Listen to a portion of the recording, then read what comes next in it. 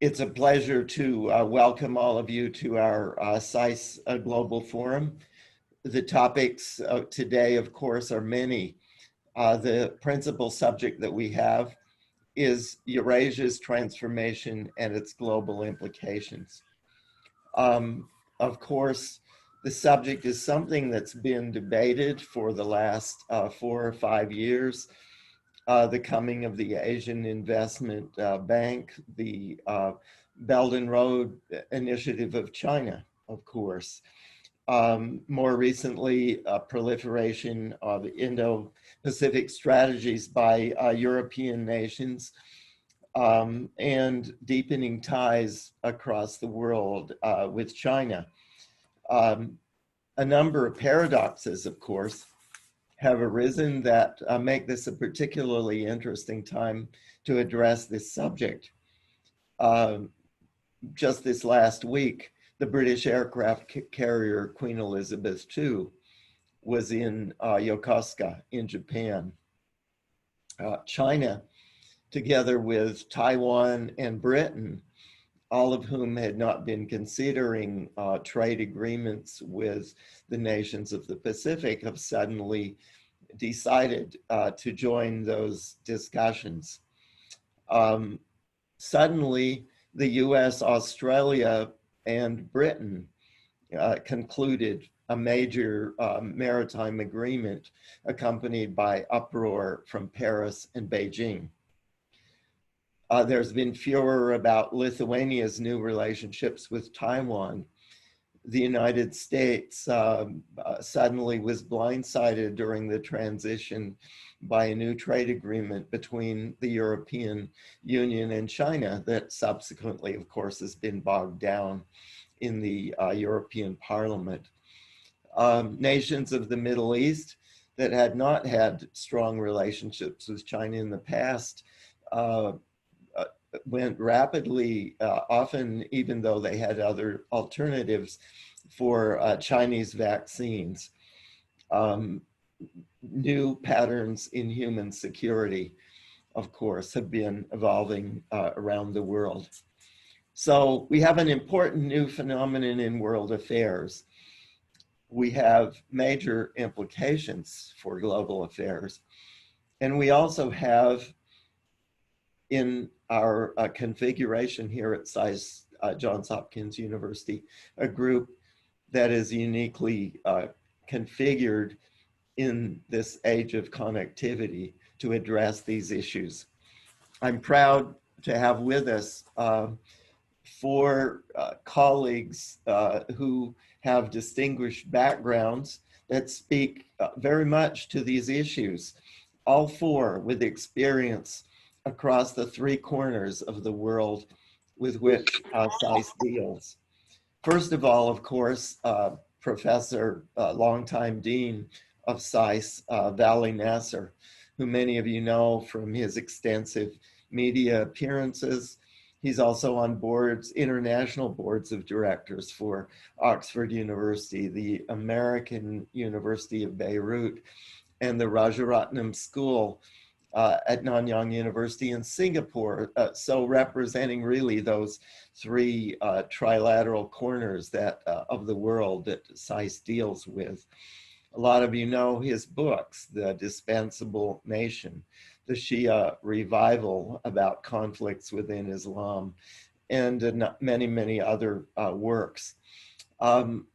And of course, his background is in the Middle East originally, but has been very active and played important roles in American policy making. As our second presenter, we have Professor Adam Webb, who's from the United Kingdom originally, but is director of the Hopkins-Nanjing, co-director of the Hopkins-Nanjing Center, where he also serves as a resident professor of political science. He's a distinguished China specialist, but one who has also written on transcendental subjects like Beyond the Global Culture War, and his most recent book, Deep Cosmopolis, Rethinking World Politics, and globalization, very, of course, appropriate in the situation we have now. As our third presenter, we have Professor Jessica Fonzo, who's currently serving as interim vice dean for faculty faculty affairs and research cooperation here at SAIS. And she has a very intriguing recent book that many of you may have seen, close to things that we all, of course, need to be concerned about. Can fixing dinner fix the planet? That's not her only work, but she has had a variety of other positions, including a major one with the Food and Agriculture Organization recently in Rome. And then finally, Dr. Michael Plummer, who's the director of SAIS Europe in Bologna. He's been a SAIS professor of international economics since 2001 and an ENI professor of economics since 2008. He also has a policy background that speaks to the trilateral, tricontinental nature of SAIS. He served as head of the development division of the Organization for Economic Cooperation and Development, OECD, in Paris. And is actually, even though he serves in Bologna, he is a distinguished specialist on the Asian regional economies. So there you have it, a group that I'm proud together to have representing us in addressing this important issue of Eurasian transformation and its global implications. So to start as our next participant, Dean Nasr, it's a pleasure to have you with us. Thank you very much, Dean Calder. Thank you for your generous introduction and also for bringing us together. It looks like the right moment to be having this conversation, and I would say Johns Hopkins SAIS is the right place to have this conversation, not only because we have a footprint in the United States, Europe, and China, and have been an important educational institution on all the continents, but also because we essentially pride ourselves on providing analysis and understanding of not only where the world is at any moment, but where we are heading. And it looks like the trends that we are discussing have been long in the coming. Professor Calder has written books about these. When I first came to SAIS, one of the first books that I read was his book on the rise of continentalism, about how Asia as a whole was integrating into one single unit based on flow of trade and commodities, and new relationships between East and West, South and Central parts of Asia were forging. But because it's very clear that geostrategy is fundamentally shifting, at least for the United States, its perspective is shifting from focus on Europe and the Middle East to focus on Asia. Now we've had 3 presidents who have made this idea of pivoting to Asia in one way or the other, either to take advantage of the economic gains of Asia, as President Obama said, with a trade-first foot forward, through the ill-fated TTP agreement, or under President Trump with his attempt to right-size America's trade imbalances with China, and now with President Biden, which has a much more thought out and systematic idea of containment of China, that we're seeing that the United States perspective on global affairs is becoming increasingly Asian. And then we have to understand varieties of headline news these days, from the departure from Afghanistan, from trying to do less in the Middle East, from trying to even put domestic economic growth ideas and infrastructure building in the context of rivalry with China, to the deal that the United States signed with United Kingdom and Australia. All of it goes to sort of incremental steps that the United States is taking to change the core of the way it thinks about global strategy. Now, the world is not just the United States. Others are also players here. China for a while has been moving westward itself in terms of its perspective. It's obviously an Asian power, it's a Pacific power, but now through the Belt and Road Initiative, through the chain of pearls investments that is made in ports and countries, it is looking to connect the dots from the western side of China to Central Asia, to the Middle East, onto Europe, and onto Africa. It's now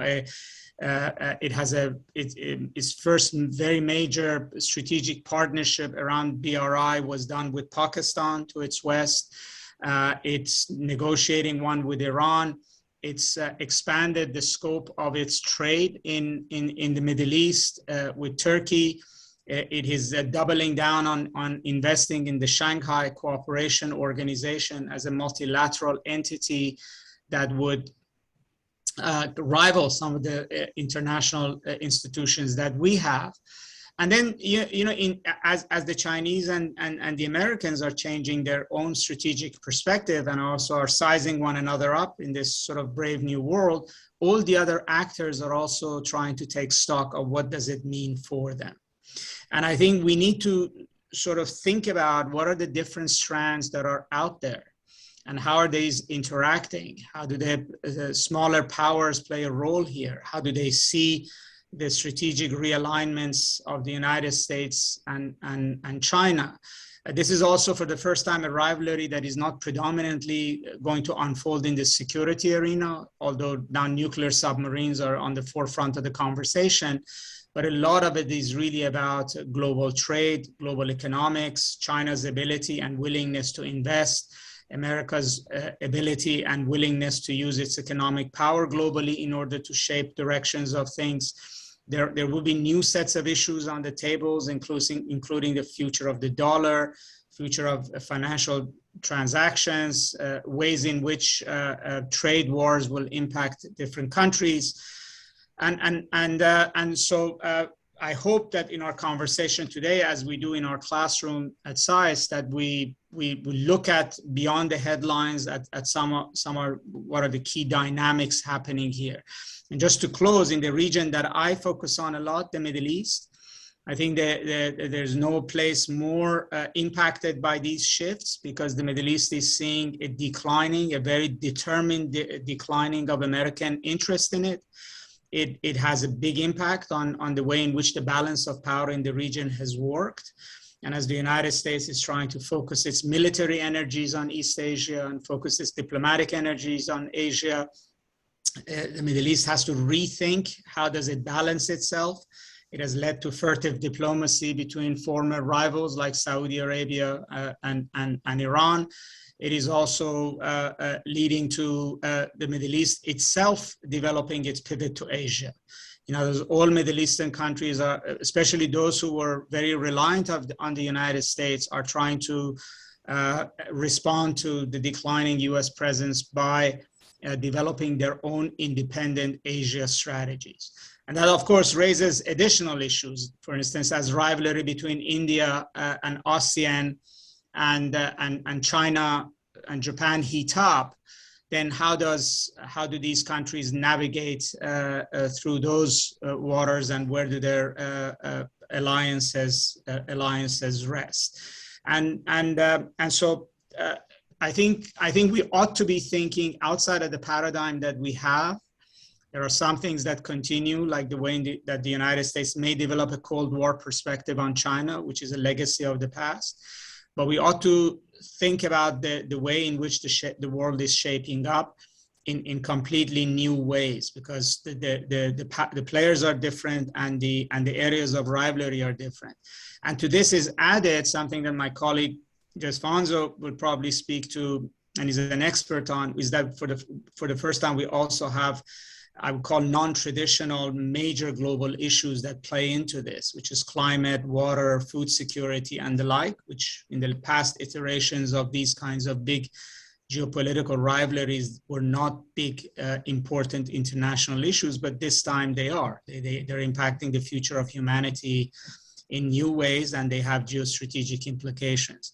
So let me stop there, and would love to hear not only my colleagues, but also all those who are attending the talk. Thank you. Thank you very much, Vali. It's Dean Nasr. It's wonderful to have you back with us, and we look forward to pursuing those issues. And I would just echo what you said. We certainly look forward, after we have our initial presentations, to students and others who would like to participate. We have a hand-raising function. If those who would like to do that, please, when we get to Q&A, do that. But you can also use the question and answer function in the chat. You've told us we need to look beyond the headlines. Certainly, we're not going to be ignoring the Middle East, including the ways that it is pivoting to Asia and thereby influencing global dynamics. But clearly the world that we are moving into, as you say, is being reshaped in new ways. We need new paradigms. And of course, those need to include thinking about China and the kind of impact that it has on world affairs. As our next speaker, we have someone who can speak uniquely well to that. Professor Adam Webb, the director of the Hopkins-Nanjing Center. Adam, it's wonderful to have you with us. Thanks. I'm glad to see this. It's a wonderful example of SAIS being a fine setting to talk about these kinds of important global issues. So I'd highlight, I think that beyond just this ongoing rebalancing of influence or emergence of multipolarity across Eurasia and the world, I think we're seeing some hard choices coming to the surface that to some extent have been foreseeable, but have been deferred for a generation or so. And these cut across international and domestic levels. And there are three of them that I want to draw attention to. There's a lot of talk about engagement with the regime in China, but I think there's also a gradual shift in the last few years in the mental map of those who are doing the engagement. And I think many in the West and in Eurasia increasingly are aware that engagement is not anymore only about perhaps some moral compromises as one deals with some actors on the global periphery, or even pursuing broader opportunities on a flatter landscape. In some ways, I think they're realizing that they're increasingly less important subjects themselves, that depending on the country or the sector, they may actually be moving away from the center towards the periphery of some landscapes of influence, whether it's in China's protectionism or uses of sharp power or outbound economic pressure. I think increasingly we're seeing at least some key interests in the West having to evaluate whether their interests and their markers of status as they define them can fit into a world where power is largely concentrated in some other places. To borrow a term from the Cold War, Finlandization. I mean, we see with the Belt and Road image of Eurasia, a kind of Finlandization and different answers to this kind of tendency or pressure in Lithuania, for example, than we see in Hungary. And we often see this breaking down more sector by sector, even than country by country. So I think that's one difficult question coming to the surface and increasingly people are aware of. The second question has to do with China itself, and specifically not so much the prospects of political transition, but rather how key interests and strata within China see their own prospects under the present model. And I think from the outside, there's been this tendency to black box what's happening in China and to see Chinese foreign policy as a whole, rather than looking at these different fault lines and camps within Chinese society. I think most visible and dominant right now, on the one hand, is the agenda of the so-called red aristocracy, which sees its own influence and status as bound up with the continuity of CCP authority, the primacy of state over society, a lot of the agenda of dual circulation, autarky, Belt and Road cooperation state to state, and even some of the societal decoupling that we're seeing with a zero COVID model aligns, I think, with the interests of that more state-centered, more CCP kind of red aristocracy camp. The other camp is entrepreneurs, the outward-looking upper middle class, and others who have long been trying to integrate more with the rest of the world. They enjoy outward mobility. They require a more globalized kind of cultural capital. And for this second, more outward-looking camp, I think the hard choice which is being forced to the surface is that the deal of the last 30 years may be beginning to unravel. That deal was that one could make money, expand one's global horizons, and that repression didn't really bring many costs, or at least brought costs to other people. And we could be seeing a tipping point as the costs of repression and decoupling begin to mount. When it gets to the point where the red aristocracy is effectively reasserting its ownership of China, when capital starts being expropriated, when wars go up to make outbound travel harder, and the symbolic esteem for English-speaking cosmopolitan ways of life starts to come under pressure, I think some fundamental questions may arise in some influential layers of Chinese society. And China's recent application to join the CPTPP is a good case in point, because in a sense, there is a kind of discomfort around the choices that would need to be made for that, what one would need to abandon of the present status, the economic model, in order to pursue those more outward-looking opportunities. And I think when the West considers its own approach to China, too much black boxing those fault lines within China can be unhelpful. The third hard question, I think, comes out of this long-term flattening of Western hegemony, which has seemed very abstract to a lot of Western publics and policymakers. But if you look over the long term, despite this abstract trend, there really has not been a reckoning about how to decline and to whom to pass the baton of leadership. Now, the stark alternatives coming out of Beijing, in a sense, do create more urgency and awareness of this issue. But if we look at responses like AUKUS or the reaffirming of other traditional alliances, often then only engaging with a pretty narrow subset of the world. AUKUS seems to be largely reaffirming a kind of globalized maritime network of power that is less dependent on or less integrated even with close allies like France. And if you look at the demographic trends in the world, if you look at where the center of gravity increasingly is likely to shift over the next half century southward, away from the West and away from China as well. China is facing a lot of economic and demographic headwinds. It seems the center of gravity that would affect how we answer these kinds of these three kinds of questions actually would be very different from simply narrowing this down to a kind of West or Anglosphere versus China narrative. So I think in some ways these questions are what you might call constitutional choices, not in an institutional sense, but in the sense that they do involve deep principles of social order and the distribution and exercise of power. And in some ways they touch less on coercive force or gain than on values. And I think it's most illuminating when we frame them as choices about values, particularly if they can then actually resonate with an increasingly weighty segment of the global population in the global south and elsewhere. I'm sure we'll come back to some of these implications a bit later on, but I think these hard choices are coming to the surface in a way that they haven't been sufficiently addressed over the last generation or so. Mm-hmm. Thank you very much. A lot there, and certainly a number of hard choices, both for China and the world, in an era that seems discontinuous with the past.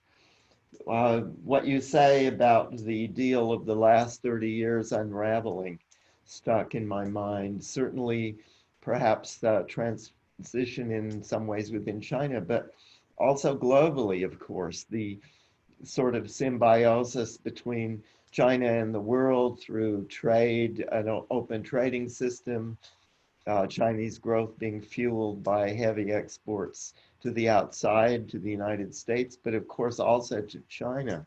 We should remember that China is the largest trading partner of Germany, for example, now, and also many of the European nations. Also, you stress how China is not a black box.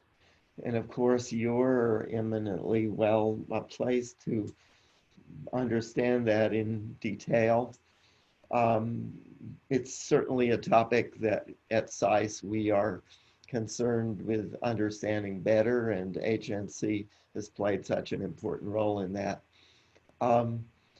Thank you very much. And turning to an issue actually that Dean Nasr raised earlier, and I think we would all enthusiastically agree, and Adam has also stressed this, the chessboard of global politics, is changing. We're in a new era in many ways. And one of the most important developments there is the increasing importance of non-traditional forms of security, climate, water, food. And those are questions, of course, that Jess Fonzo focuses on and has spoken on so eloquently. Jess, how do you see this global transformation and some of its implications, especially among these trilateral, tricontinental corners of the SAIS world? Great, thank you so much, Dean Calder, for inviting me to be a part of this very distinguished panel, cutting across all three schools of SAIS. Eurasia is really in an interesting moment. It's growing economically. There's obviously some geopolitical tensions, the population pressures in some parts of the continent are increasing. And at the same time, layered on top of that is this issue of climate change and everything that climate change affects. I call it everything change. And we know that this region is particularly vulnerable, as is every region in the world, now and into the future. Water issues, habitat-related challenges, sea level rises. And when you look more sub-regionally, different places will be impacted in different ways by climate. Hotter summers, heat waves, droughts, floods, many of these climate-related natural disasters will create very contentious and fragile situations, and of course, further migration that will influence some of the geopolitics happening around the world.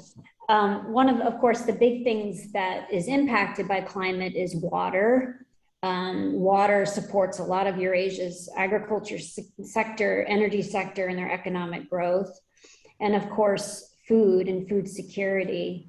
The COVID-19 pandemic has exacerbated some of these food insecurity situation that we're seeing around the world, but we have some countries in Eurasia that are deeply impacted. Of course, Afghanistan has the highest prevalence of insufficient food consumption, but also other parts of Asia, Timor-Leste, Bangladesh, Nepal, Cambodia are struggling with very rapidly rising food insecurity and climate vulnerability. We're also seeing food prices go up, which constrains populations who already can't afford a diet, even a healthy diet. So the COVID pandemic with the climate pandemic and the food insecurity and malnutrition that we're seeing in the region is what you could call a syndemic. It's when multiple pandemics are coming together at once.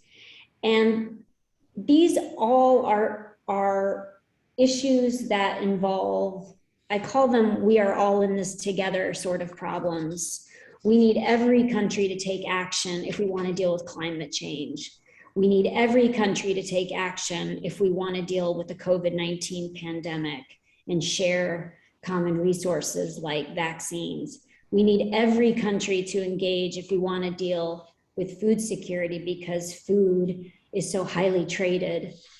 So Eurasia, while it's incredibly diverse, there's a lot of promise, there's a lot of opportunity.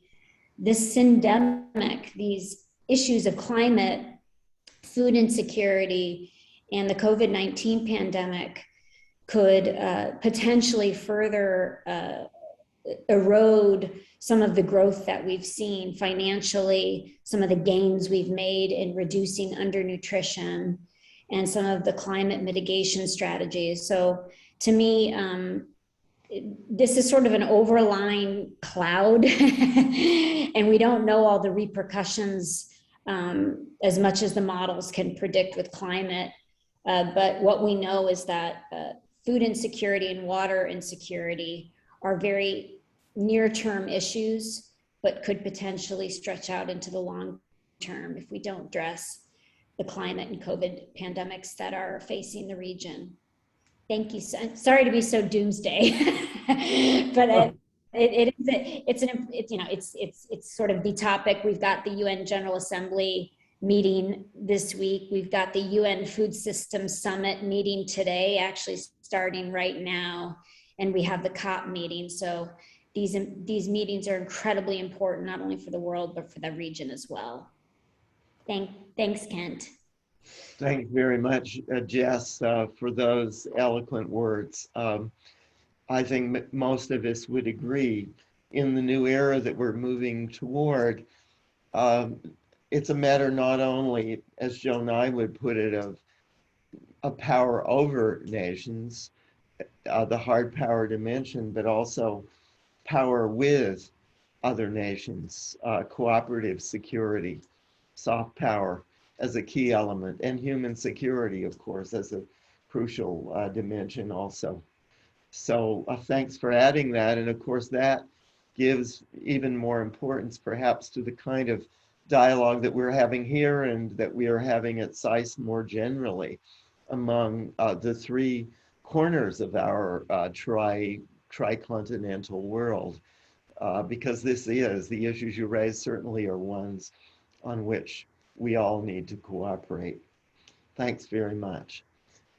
As our final panelist, we have Director Mike Plummer, again, transcontinental in his background and his interests, and an American, but very, very fluent, as I recall from several dinners in Bologna together, of course, in Italian, and also a specialist on East Asia and global trade issues. We've heard from Dean Fonzo, of course, about the human security dimension. Trade and the economy also have some paradoxical and important dimensions to Eurasian transformation, its global implications. Mike, what do you make of this? Okay, thanks, Dean Calder, and thanks for putting this together. I think this is a great idea, and I think that Jess put on the table a very strong case for the need for closer cooperation. And what I'd like to talk a little bit about is regional cooperation in the Asia Pacific, which is actually made some major strides of late in stark contrast to what's going on at the global level. So I just want to, make a few observations in terms of this Eurasian transformation of what's happening in these new agreements and the implications for the EU and the US. Of course, as was mentioned earlier, Vali mentioned the Trans-Pacific Partnership, the TPP, which became the CPTPP, the Comprehensive and Progressive Trans-Pacific Partnership, when the United States left it at the beginning of the Trump administration. And the Prime Minister of Japan, Abe, said that the TPP without the United States would be meaningless. And the US left the agreement for political reasons, but the decision to keep going and really preserve the agreement almost completely in the CPTPP with the other countries was a strong signal that the region was determined to move forward by bringing down barriers to integration. And the CPTPP, of course, is a very advanced agreement. And due to its open accession clause, it's now attracting a lot of interest. And at first, it was thought that that interest would be on economies surrounding it, like some of the ASEAN countries like Indonesia, Thailand, the Philippines all expressed interest in possibly joining, South Korea, and of course, Taipei. So it's very interesting that this year, at the beginning of the year, the UK applies to join. And over the past week, China and Taiwan have now both said that they would like to join. So is this a surprise? Well, yeah, kind of, but there were a lot of signals going on. So it's what's happening there is really interesting. The Regional Comprehensive Economic Partnership, of course, which includes 15 countries in Asia, and is really interesting because it includes both low income, high income, and middle income countries, and reflecting a great deal of diversity, came together with what is really a meaningful agreement. In particular, it creates free trade among Northeast Asian economies, which didn't exist before. It kind of brings down some of the barriers to regional supply chains and such, as well as reducing the overlap, a lot of existing agreements, if you will, turning the spaghetti bowl of what was in East Asia to a nice lasagna dish of sort of flat rules and things. So a lot of it is moving forward. And as these agreements are taking place, it's obviously in the context of the US-China trade war, which is actually leading to an intensification on the other side of the Pacific. And so that is significant, particularly if you also add the Belt and Road Initiative that Dean Calder mentioned earlier, and what's going on in terms of RCEP and ASEAN. What we're seeing is China playing a much greater leadership role in this, and it isn't by coincidence. We've got the Belt and Road Initiative. RCEP, it might be ASEAN-led, but China was very important, and it is really interesting that China joins the CPTPP when originally the TPP really was a way of competing more with China. So this is indicative of the fact that China is now, in a way, supplanting what used to be a US role of leading integration in the region. Now, Wolf War diplomacy makes a lot of people nervous in the region, but it's always including carrots with stakes. And so what does all this mean for the US and for the EU? First, making the point that's made by others on the panel that Asia is already the largest and most dynamic region in the world, and this role will likely rise over time. And obviously the US and the EU cannot afford to ignore this. And they both need to engage more with the region, as well as to enhance global institutions, rather than be too preoccupied, I would say, with the transatlantic relationship. And so I think Secretary of State James Baker always worried about a line being drawn down the Pacific. And we could actually see this happening. Now, the relationship between the US and the EU with China, I would argue, is in desperate need of a reset. Some of the rhetoric needs to be toned down in terms of confronting China, and they need to change paths towards closer cooperation rather than confrontation. And the West does have serious concerns about some Chinese policies, and often they're right to have them.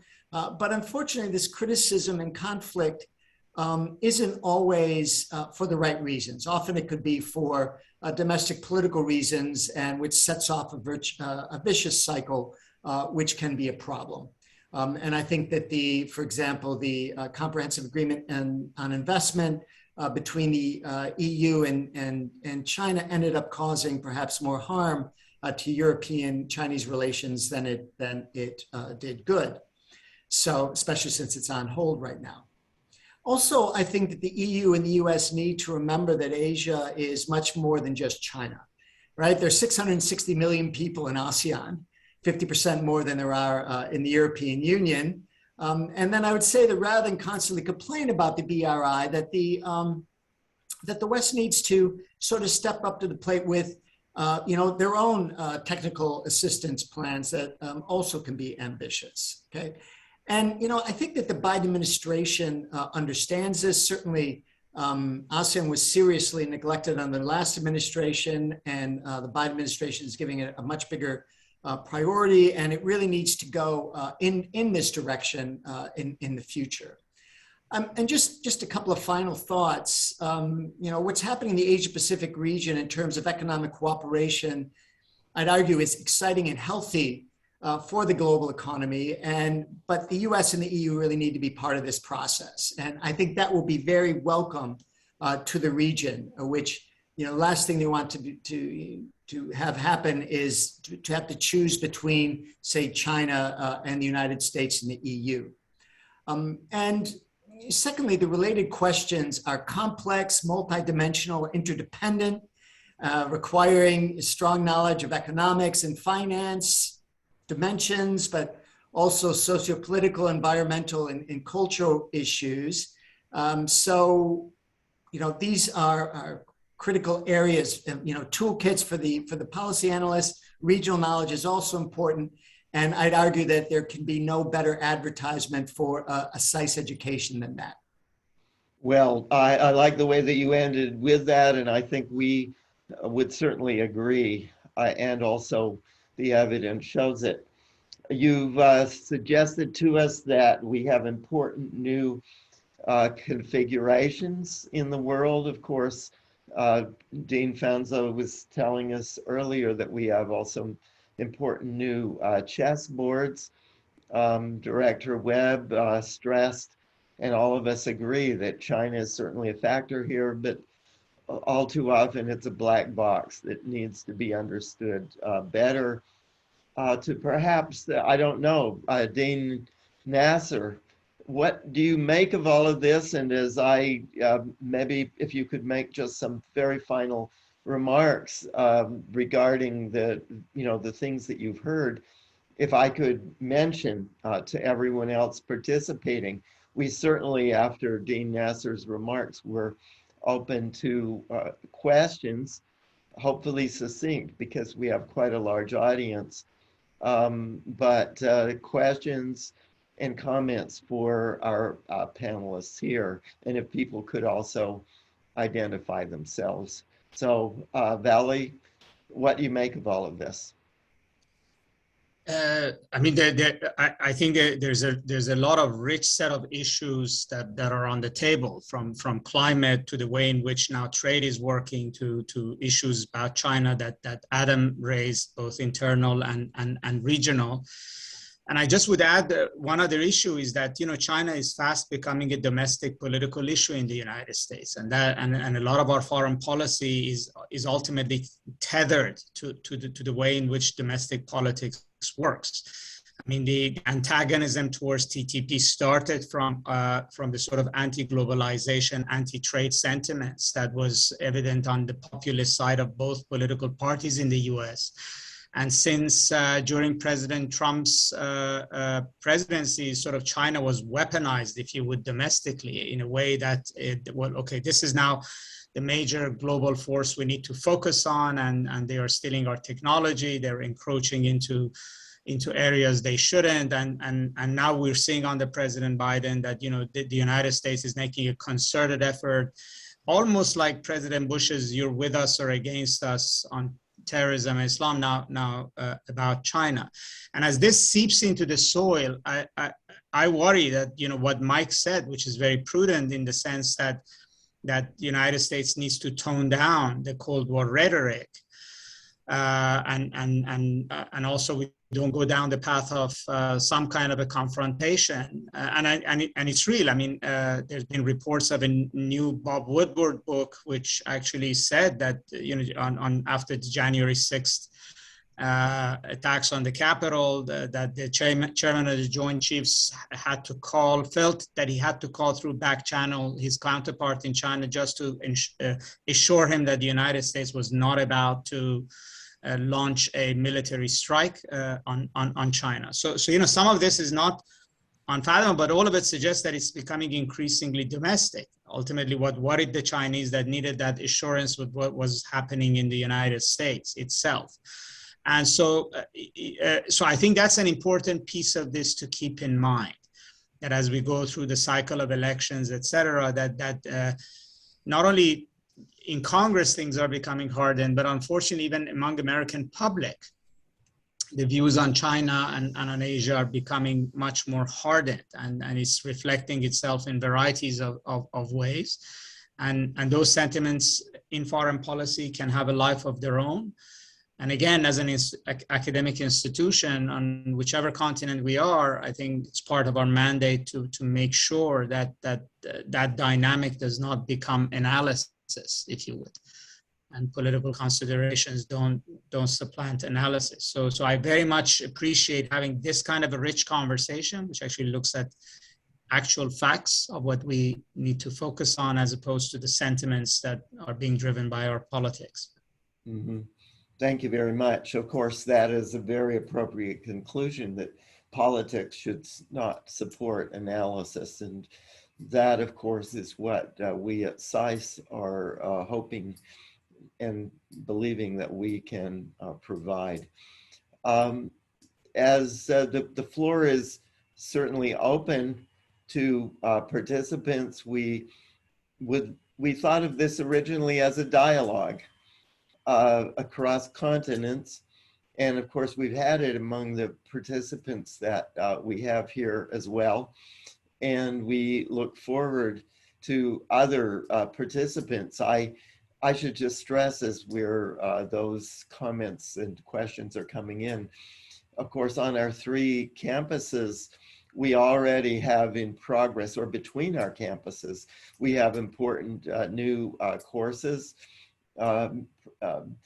Professor David Arase and Hans Moll of Arase of HNC and Moll of Bologna are undertaking a course, which is very much along these lines. We also have in Bologna, but with ties with the Washington, the Kissinger Center as well, Professor Sergei Rodchenko, who is a specialist in Eurasian matters and the relationship between China and Russia.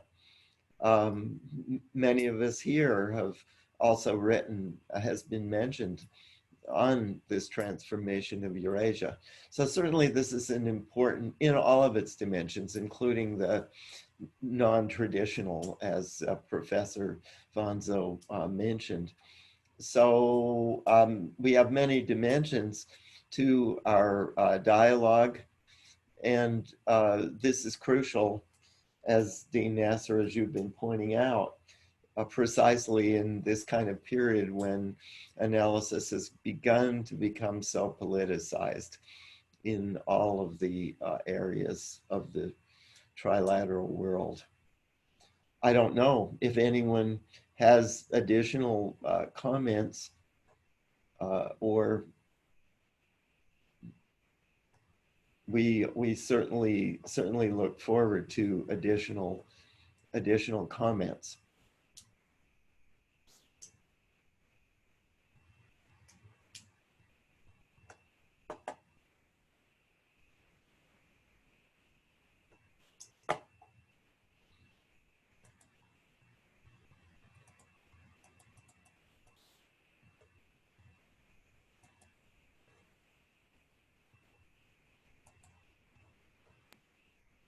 I think there are 2 hands up. Are 2 hands up? Please, who do you see? I see Jason Lee and Cinnamon Dawnside. Jason, maybe we'd like to start, of course, particularly with students. And of course, Professor Lee and Dr. Dornsythe are certainly, I don't know, do we have any student participants who would like to contribute? Perhaps as they are beginning, if Professor Lee, if you could please go ahead. Looking forward to hearing you. Hi, Dean Calder and Dean Nasr. This is greeting from Seoul, Korea this time.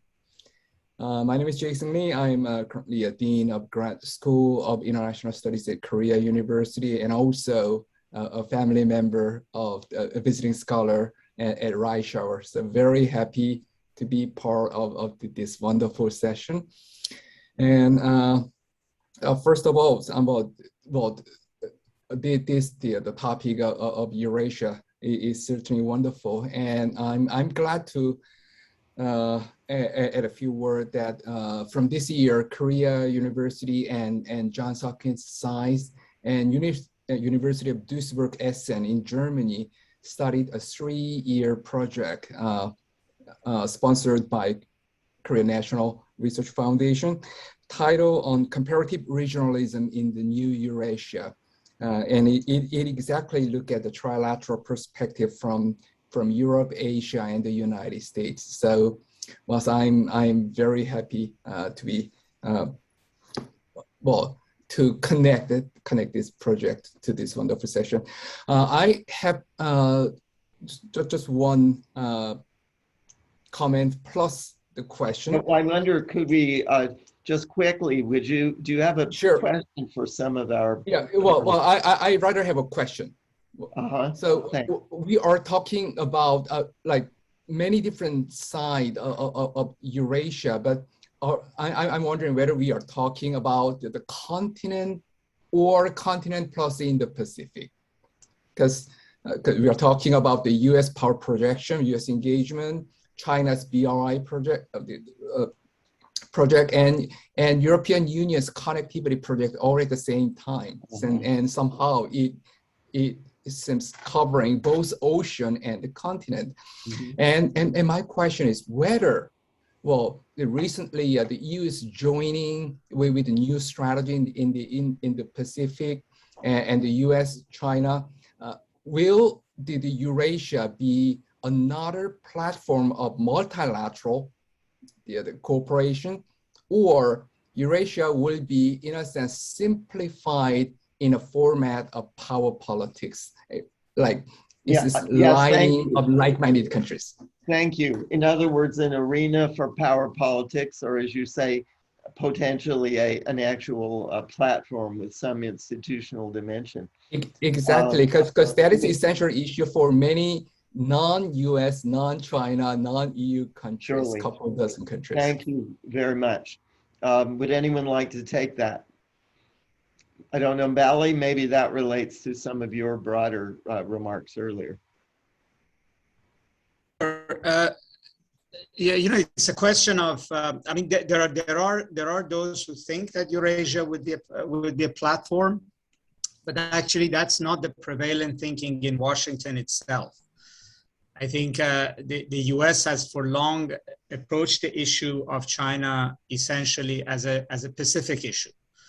Its focus is on whether it's on military buildup or on trade, and also this now fundamental, if you want to call it, anchor for an Asia policy, which is the Quad. Okay, it includes India, which is as west as the U.S. imagination on China goes. But it's from India and the east coast of India to the east. The Chinese, I think, do have a Eurasian perspective because they have to. They border on Central Asia, South Asia, and the Middle East, and those borders are becoming more important to them, both in terms of commodity and trade, particularly with Central Asia. But as we're seeing, they're becoming hotter with India, border clashes, more flexing of muscles. And then they're also, making economic bridgeheads into Middle East and Persian Gulf region and Turkey, and are looking at creating rail links and road links that would connect Western China all the way to Europe potentially. And then also they're increasing their relationship with the Caucasus, with Russia. So they definitely see themselves, see Asia differently than the way Americans see Asia.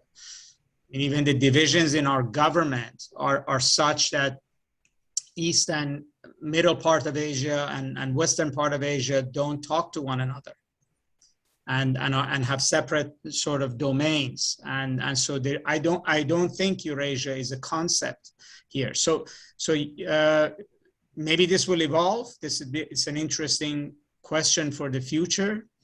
But right now it is definitely, I think, part of China's and many Asian countries is geostrategic understanding, but not that of the United States. We are making zero-sum choices. We're leaving West Asia to go to East Asia. That's right now the great game. We were over-invested in West Asia, and we're right-sizing that now by being over-invested in East Asia. But we just don't see Asia as a unit relevant to one another. And I do think that's a failing. That's a failing that, you know, it's a failing of mindset and imagination, because you're imposing your own rubric of thinking, which does not have the definite relationship to the way that things are happening on the ground, and the people in that part of the world may view one another.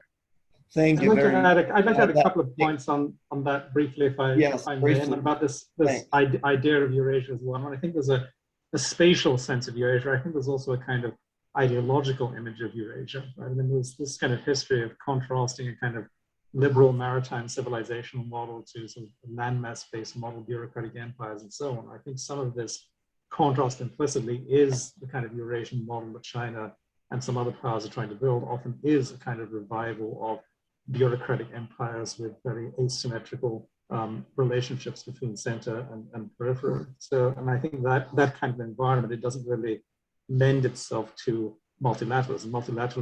Multilateralism is normally a kind of mid-sized power or small country kind of a project. And I think as demographic weight shifts away from countries like China towards parts of the world where there are not as many large actors, the impulse, the predisposition to multilateralism may actually gain as a result. Thank you. There is something I think I probably should interject here, in that I've also worked on this issue. I think we can't forget the history of the relationships across the continent, dating from Stalin, socialism in one state, the isolation across the continent that occurred for so long, the counter power strength of the Soviet Union in the days of the Cold War. But the map has been, of course, since the collapse of the Soviet Union, profoundly restructured with their collapse and the rise of China, and of course, turbulence in some places in the Middle East as well. And of course, Europe's own transformation with the coming of a new Europe that from socialist days, of course, had strong ties with the East, particularly with China and Vietnam. So there are factors, not to say that those lead to institution building, although, of course, there are some institutional dimensions such as SCO and CICA and so on. But perhaps to a point that Mike Plummer made earlier about China's rising clout and also its membership attempts to join some of these broader organizations that are developing. Of course, the deep relations that began evolving over the last decade between Eastern and Central Europe, particularly, for example, in the 16+1 between China and Eastern Europe. The kind of developments that began in the wake of the Cold War, that began to fuse deeper ties, not entirely institutional, although there are a few instances, but certainly things that alter bargaining relationships, especially with China being as large as it is. So thank you, Jae-sung, for raising an important issue there.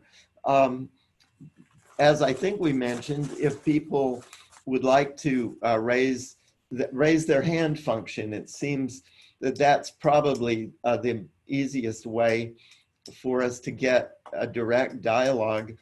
Cinnamon Dornseif, I think you had a brief question. Yes, thank you, Dean Calder. I do. And it is brief, just to say thank you all for just really brilliant presentations. And we've talked a lot about how the United States can refocus on Asia. And you've given a couple of examples of former Dean Nasr, Director Plummer, but I'm calling actually on Vali and Mike to expand on some of the concrete actions that could be taken. You've mentioned some already, but I'd be interested in what specific advice you'd give to the current US administration about how they could most impactfully implement a focus on Asia. Thank you. Thank you very much. Maybe Mike, do you want to start that and then Vali? Sure. The first step would be to join the CPTPP. And I think we're seeing that. I think that China's joining really caught a lot of people off guard, the administration, which it shouldn't, and the reaction has been, relatively defensive. But I realize the domestic politics involved, but I think that the original withdrawal from the agreement, when the U.S. withdrawal from it, was the worst timing possible. When China is rising, the region really wants that balance. They wanted the U.S. to be there and to be committed. And the TPP was a trade agreement, but it also was, signified really a long-term commitment on the part of the U.S. to be there. When the United States pulled out of that, that really sent all the wrong messages. So I think the idea of trying to get back in. Now, the Biden administration says it would need to renegotiate it. Okay, fine. But the country still would like to see the U.S. come back. I mean, when the CPTPP went through, there were 22 measures that were suspended, all U.S. priorities. And, if they didn't care about the U.S.'s rejoining, they just wouldn't have included them. No, they've been suspended. So these are things that the U.S. could negotiate. And so I think that really should be something that they could do. And I know that, and on the ASEAN front, I think ASEAN really is a key region. And the fact that the Trump administration for the last 3 years had not attended, the president didn't attend the ASEAN summit with ASEAN was a real problem. And it, again, sent the wrong message. And I think the fact that Kamala Harris is already engaging is very important. I think that that Biden needs to do the same and to sort of do these kind of confidence building measures. Even the TIFA, the Trade and Investment Facilitation Agreement between the U.S. and ASEAN that the U.S. is working on is important. I mean, in and of itself, no matter what the economics will be, I mean, just moving forward. So I think this continued engagement is critical. So those are my 2 cents anyway. Thanks very much. I think we all remember that you were one of the first people who suggested that China might very well want to join CPTPP, and of course that has materialized. Of course, we'd like to hear from Vali, but then also, Jess, you haven't weighed in. I don't know, do you have any thoughts on the U.S. agenda? Well, in the relation to what the other panelists were talking about. I mean, in the relation to with climate change, I mean, U.S. is now taking a pretty strong stance on climate mitigation going into the COP, and China has also been quite strong in how they're dealing with climate. But in the United States has also been a big investor in food security issues. So, and on the side of China, China has seen significant reductions in hunger, considered one of the shining stars in reducing hunger over the last 20 years. And I think a lot of other countries in the region are trying to take a lesson from how China did that. So from my perspective, it's always interesting to hear the politics about US versus China, because in my world in food and climate, China is often considered somewhat exemplar in what they've done to reduce stunting and hunger in the country. So it's interesting from where I sit and how it's viewed, and depending on which sector and which discipline you're in. Mm-hmm. So Jess, I take it that you would agree with something Mike Plummer said earlier with respect to trade and this attempt to join CPTPP, and probably on climate we could say this, that China is taking a greater role, moving toward possibly, of course it depends on what we see from now on, supplanting the US role in a Kindlebergian sense as sort of a backstop for global rules and so on. Yeah, I mean, and even in the food world, we now have the Director General for the Food and Agriculture Organization is from China, so they're definitely starting to step up and play a larger role in the United Nations as well, in leadership positions. Yeah. Well, of course, there are counter arguments as well. I don't know. Vali, how do you see this issue of American policy? And also the developments, particularly, how do you assess China's emerging incentives, especially in non-traditional security and the economy? I mean, what my colleagues, Jess and Mike said, all make perfect sense. And I just sort of would add that, and some of it is obviously is not easy for us in a way to do, and I'll explain. I mean, first of all, I think it's very important that, again, we don't sort of arrive in Asia with our military foot first. I think the good thing about TTP when it was being considered was that was actually that we were putting very few Marines in Australia at the time, but talking about a big trade deal that would give us substance. Now right now that looks to have been sort of reversed, and I think that could take this thing down a very different path if your biggest markers are or military and there's not much happening in trade. So I do think trade and investment are extremely important. But then there is also trade deals are, of course, as Mike said, is important, but also the United States in many ways it sees itself competing with BRI, with Chinese investments, with its ability to put money in. And for most countries, unless you're going to put your money where your mouth is, even in ASEAN, even if they complain about China, but if Indonesia or Malaysia or other countries are getting massive loans and infrastructure deals from China, the United States needs to sort of step up in terms of providing some kind of a counterbalance to that. But that's not easy. I mean, we cannot necessarily match China's capabilities. So one way in which we've dealt with is to use regulatory mechanisms to try to sort of hobble the Chinese or use trade wars in that way. So Huawei is a good example. There's a security threat, and we sort of twisted everybody's arm that you cannot let this technology dominate. Now the same things may be happening with batteries and solar panels and those sorts of issues. But that only will go so far, and it's a kind of protectionism being used as a way of leveling the economic playing field. So there's a lot there. I think this is an area that has to be thought out quite a bit. In other words, how can the United States actually have a coherent and workable and sustainable economic strategy for Asia that is actually credible to the countries that it's targeted to? It's not just talking points here.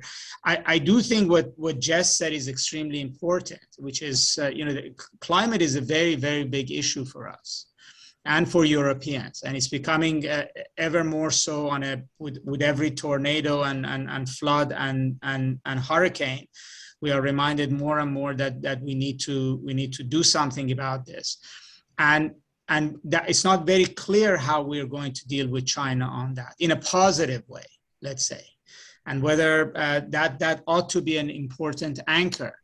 So, if the Chinese are supportive, if they don't see climate as a ruse to put yet another trade restriction on them, but that we're serious about a multilateral global governance on climate issues, that it actually could provide also a balance, and it'd be a way in which that many different actors could be brought into a structure of a multilateral agreement. And I would say that is important because, and this sort of goes back to something Adam said about multilateral institutions. We really don't have any big anchoring multilateral entities that brings China and the US together as positive supportive stakeholders. The Chinese are flaunting a lot of multilateral institutions, and both sides are gradually devolving into these alliance systems of building alliances that would contain the other one.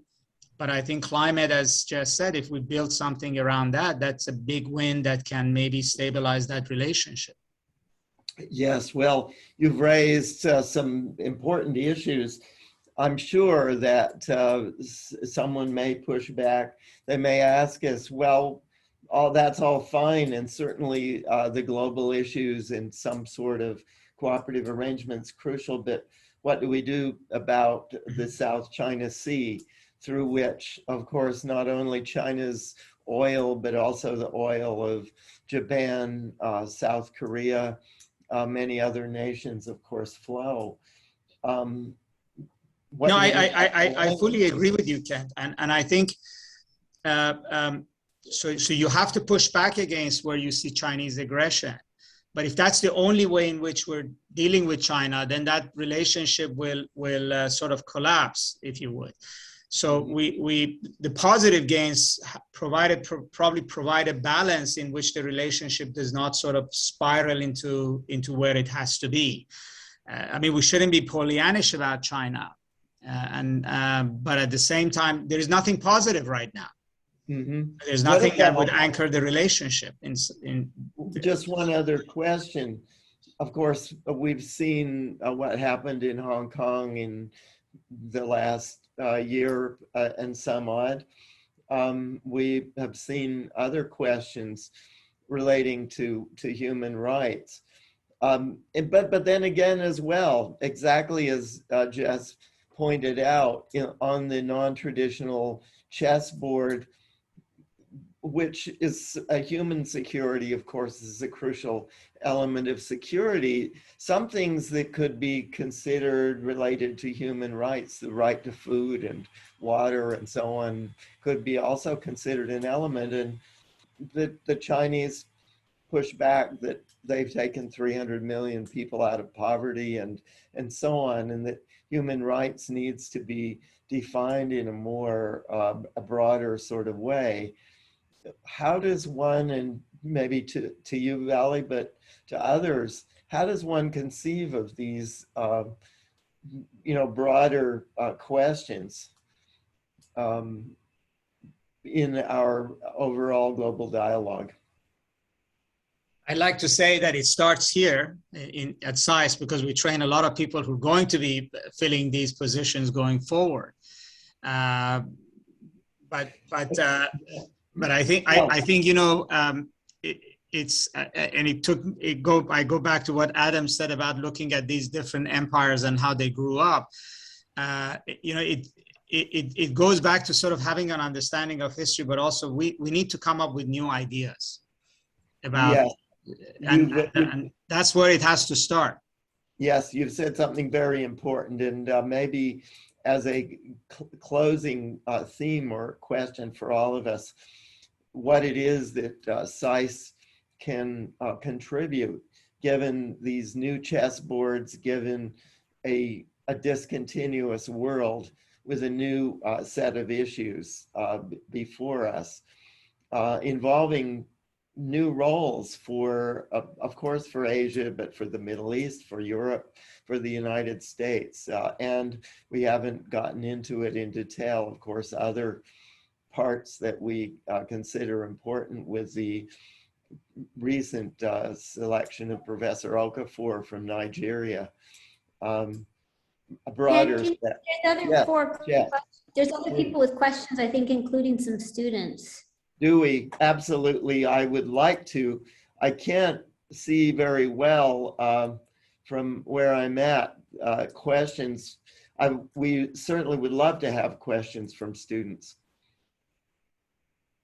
I think we've got, I'm not sure if Zoe Liu. Yes, of course, she's certainly one of our graduates. Zoe, do you have something you'd like to chime in with? Yes, thank you so much, Professor Calder and our distinguished panelists. It's so great to see everybody even just remotely.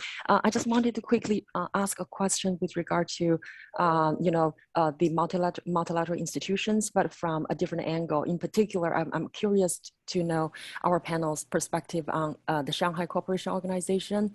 You know, I think I probably need some help to understand, you know, Iran's bid to become a full member of the SCO after, you know, 15 years, and it was recently finally approved. And this came after, you know, this China-Iran 25-year agreement signed earlier this year. So I'm just curious the panel's thoughts about, you know, the role of or the impact of the engagement between China and Iran, and what does this mean for Central Asia? Thank you. Mm-hmm. Okay. Does anyone have, of course, that certainly relates to Vali's specialty. Maybe before that, does anyone have any other quick comments on that? If not, Vali?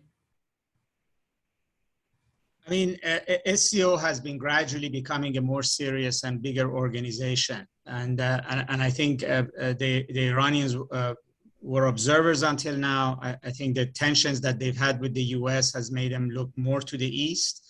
I think the Chinese are now sort of seeing with the US leaving Afghanistan that they perhaps need a much more concrete set of relationships in order to manage the region.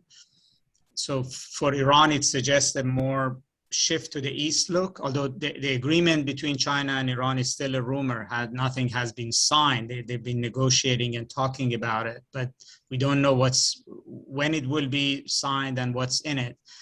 And then for the Chinese, I think it really does indicate that they are expanding in more political ways in West Asia, and goes to sort of the initial comments that we had about the two. So I think SCO is going to become more and more important as an organization.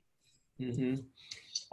I guess I would agree with that. That accent's something that I know, Vali, you've often stressed, that Eurasia as a whole is more than simply the big powers on the East and the West and the nations in the center. Turkey, of course, has been activist in some ways. Iran has been activist. The new Eurasia, of course, does have many middle powers. And on that issue of West Asia's involvement with China, of course, Saudi Arabia, the UAE, that early on adopted Chinese vaccines, as we know, although they could have done so more broadly. Saudi Arabia has deepened its ties with China as well. Qatar, and recently in the wake of changes in Afghanistan, of course, a possibility of deepening ties there. And so those dynamics, I guess I would agree with what Dean Nasr said, that those would tend to strengthen SCO, although it doesn't have the underlying economic dynamics that so powerfully, together with US support, led to European integration 2 generations ago. I don't know, Mike, do you have any thoughts on the other broader patterns of integration across the continent besides TPP? Well, I think that we shouldn't ignore the existence of APEC. No one has talked about Asia-Pacific Economic Cooperation, which, you know, includes, you know, China, the United States, as well as Hong Kong and Taipei. And I do believe that that President Xi himself continues to believe that it's a worthwhile institution that could be used as a platform for closer economic cooperation. Even at his speech last December, he talked about the free trade areas of the Americas. And going back in history, in Yokohama in 2010 at the APEC meeting, it was decided to have this free trade area of the Asia Pacific, with two tracks. One would be the Trans-Pacific Partnership track, which had already started, and it would be more advanced. And the other one would be an Asia-based track that ended up being eventually RCEP. But eventually, these would come together. They said 2020, obviously that isn't going to happen. But, you know, moving in that direction was still a priority for the Chinese, you know, at the highest level. We've got President Xi talking about it. So perhaps there are institutions that in which we can engage with China, and, you know, between China and the United States, and build from there. So thanks very much. I don't know, Adam, did you have any last comments on that particular issue? I would actually like to comment on the other question that you asked earlier about how SAIS fits into this. And I think having these three campuses in some ways, dealing with these global issues, we actually have the potential to be the most global, the most cosmopolitan of international public policy schools, particularly in terms of cultivating the global cultural competence, the ability to deal with life outside these often fairly narrow technocratic circles in a sense. I mean, there's quite a broad swath of the world out there, which is not sort of Washington, New York, Brussels, Beijing, Singapore, which I think is becoming increasingly important. I think some of these sort of historical and normative issues as well. I mean, these bigger questions of principle of what kind of world order one is trying to build and how the landscape today maps onto those potential futures. I think these are all things that we could be well situated to address more fully. Anyone else with some, Jess, I don't know, do you have anything that you'd like to add? Charlene, if I'm I don't think so. There's a few other questions, but I think we're out of time, Ken. But yes, well, perhaps I should say in conclusion, I personally have learned a tremendous amount here. We certainly, this concept of a SAIS global dialogue, I hope will be one that will continue.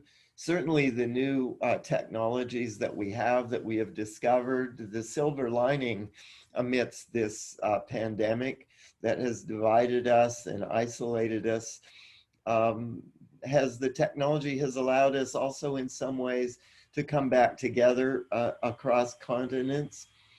And I'm glad that we've been able to include people across continents in this discussion. And in future, certainly, we want to have additional sessions. We hope to involve students very actively. Here at SAIS, of course, as has been mentioned, we have new courses. Of course, between Bologna and Nanjing, that HNC that is underway right now. Jess, your own course where you have students, of course, from throughout across our three campuses. This is just the beginning in many ways. As we also have stressed, we have new configurations across Eurasia and across the world. We have new chessboards, and SAIS is active in examining those and looking at the implications. So thank you sincerely from all of us here in Washington to everyone who has participated, our panelists, our questioners and commenters, and of course, everyone else who has been in this webinar. Looking forward to continuing the SAIS Global Dialogue. Thanks very much, and see you all soon.